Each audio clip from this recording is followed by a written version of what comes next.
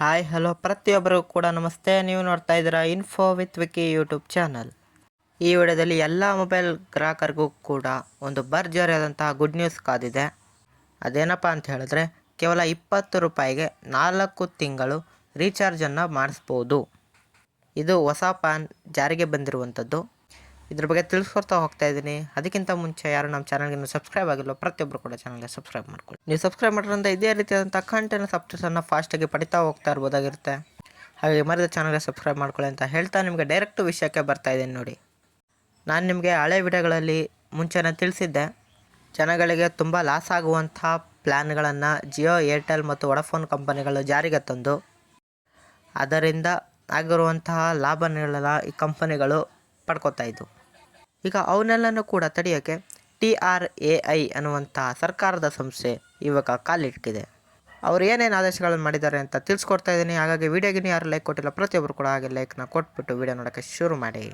ನೀವು ಸಾಮಾನ್ಯವಾಗಿ ಅಬ್ಸರ್ವ್ ಮಾಡ್ಬೋದಾಗಿರುತ್ತೆ, ಹಳ್ಳಿ ಕಡೆಯಲ್ಲಿರುವಂಥವರು ಅಥವಾ ಕೀಪ್ಯಾಡ್ ಫೋನನ್ನು ಯೂಸ್ ಮಾಡ್ತಾ ಇರುವಂಥವರು ಅವರು ಕೂಡ ಯಾವ ರೀಚಾರ್ಜ್ ಪ್ಲಾನ್ನ ಮಾಡಿಸ್ತಾ ಇರ್ತಾರೆ, ನಮ್ಮ ಹಾಗೇ ಮಾಮೂಲಿಯಾಗಿ ಡೇಟಾ ಪ್ಲ್ಯಾನ್ಗಳನ್ನ ಕೂಡ ರೀಚಾರ್ಜ್ ಮಾಡಿಸಿರ್ತಾರೆ. ಆದರೆ ಅವರು ಕೀಪ್ಯಾಡ್ ಫೋನ್ ಆಗಿರೋದ್ರಿಂದ ಅದರಲ್ಲಿ ಡೇಟಾವನ್ನು ಯೂಸ್ ಮಾಡೋಕ್ಕೆ ಸಾಧ್ಯ ಇರೋದಿಲ್ಲ. ಆದರೂ ಕೂಡ ಆ ರೀಚಾರ್ಜ್ ಪ್ಲ್ಯಾನನ್ನೇ ಹಾಕ್ಸುವಂತಹ ಪರಿಸ್ಥಿತಿ ಎದುರಾಗಿತ್ತು.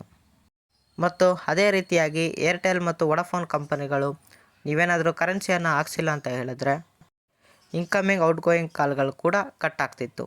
ಇವೆಲ್ಲದಕ್ಕೂ ಕೂಡ TRAI ಅನ್ನುವಂಥ ಸರ್ಕಾರಿ ಸಂಸ್ಥೆ ಆದೇಶವನ್ನು ಮಾಡಿದೆ. ಆದೇಶ ಮಾಡಿರೋದ್ರಿಂದ ಈ ರೀತಿಯಾಗಿರುವಂಥ ಎಲ್ಲ ಕೆಲಸಗಳಿಗೂ ಕೂಡ ಕಡಿವಾಣ ಬಿದ್ದಂತಾಗಿದೆ.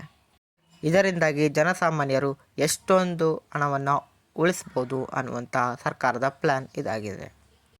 ಇದರಿಂದಾಗಿ ಅವರು ಏನಪ್ಪ ಆರ್ಡ್ರ್ ಮಾಡಿದರು ಅಂತ ಹೇಳಿದ್ರೆ ಎಲ್ಲ ಕಂಪನಿಗಳು ಕೂಡ ತನ್ನದೇ ಆದಂತಹ ಬರೀ ಕರೆಗಳಿಗೆ ಮಾತ್ರ ಫೋನ್ ಕಾಲ್ಗೆ ರೀಚಾರ್ಜ್ ಪ್ಲ್ಯಾನನ್ನು ಕ್ರಿಯೇಟ್ ಮಾಡಬೇಕು ಅಂತ ತಿಳಿಸಲಾಗಿತ್ತು. ಮತ್ತು ಅದೇ ರೀತಿಯಾಗಿ ಎಲ್ಲ ಕಂಪನಿಗಳು ಕೂಡ ತನ್ನದೇ ಆದಂತಹ ಹೊಸ ಬರೀ ಫೋನ್ ಕಾಲ್ಗಳಿಗೆ ಮಾತ್ರ ರೀಚಾರ್ಜ್ ಪ್ಲ್ಯಾನ್ಗಳನ್ನು ಘೋಷಣೆ ಮಾಡಬೇಕಾಗಿದೆ. ಮತ್ತು ಅದೇ ರೀತಿಯಾಗಿ ಮೊದಲೆಲ್ಲ ನೀವೇನಾದರೂ ಕರೆನ್ಸಿಯನ್ನು ಹಾಕ್ಸಿಲ್ಲ ಅಂತ ಹೇಳಿದ್ರೆ 90 ದಿನದ ಒಳಗೆ ನಿಮ್ಮ ಸಿಮ್ ನಿಷ್ಕ್ರಿಯಗೊಳ್ಳುತ್ತಿತ್ತು. ಈಗ ಅದನ್ನು ಸ್ಟಾಪ್ ಮಾಡಿ ನೀವು ಯಾವುದೇ ರೀಚಾರ್ಜ್ ಪ್ಲ್ಯಾನನ್ನು ಮಾಡಿಸಿ ಅದನ್ನು 4 ತಿಂಗಳ ಒಳಗೆ ರೀಚಾರ್ಜನ್ನು ನಂತರ ಮಾಡಿಸಿಲ್ಲ ಅಂತ ಹೇಳಿದ್ರೆ ಆ ಸಿಮ್ ನಿಷ್ಕ್ರಿಯಗೊಳಿಸಲಾಗುತ್ತೆ ಅಂತ TRAI ಅನ್ನುವಂಥ ಸರ್ಕಾರಿ ಸಂಸ್ಥೆ ಆದೇಶವನ್ನು ಹೊರಡಿಸಿದೆ. ಮತ್ತು ಅದ್ರ ಪ್ರಕಾರನೇ ನಿಮಗೆ ಇನ್ಮೇಲಿಂದನೂ ಕೂಡ ಬರೀ 20 ರೂಪಾಯಿಗೆ 4 ತಿಂಗಳ ಫ್ರೀ ರೀಚಾರ್ಜ್ ಪ್ಲ್ಯಾನ್ ಅನ್ನುವಂಥದ್ದು ಸಿಗ್ತಾ ಹೋಗ್ತಾ ಇದೆ.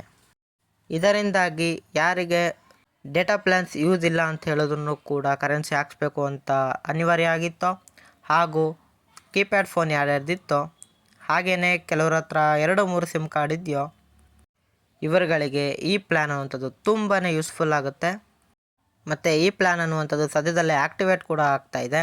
ಇನ್ನು ಕೇವಲ ನೀವು 20 ರೂಪಾಯಿಯಲ್ಲಿ 4 ತಿಂಗಳು ಫ್ರೀ ರೀಚಾರ್ಜನ್ನು ಮಾಡಿಸ್ಬೋದಾಗಿರುತ್ತೆ. ನೀವು ಒಂದು ಸಲ 20 ರೂಪಾಯಿಯನ್ನು ಮಾಡಿಸಿದ್ರೆ ಅದು ಟಾಕ್ ಟೈಮ್ ರೂಪದಲ್ಲಿ ಕನ್ವರ್ಟ್ ಆಗಿ 4 ತಿಂಗಳು ಕೂಡ ನಿಮ್ಮ ಸಿಮ್ ಆ್ಯಕ್ಟಿವೇಟಲ್ಲಿ ಇರುತ್ತೆ ಅಂತ TRAIನ ಹೊಸ ನಿಯಮದಲ್ಲಿ ಸೂಚಿಸಲಾಗಿದೆ.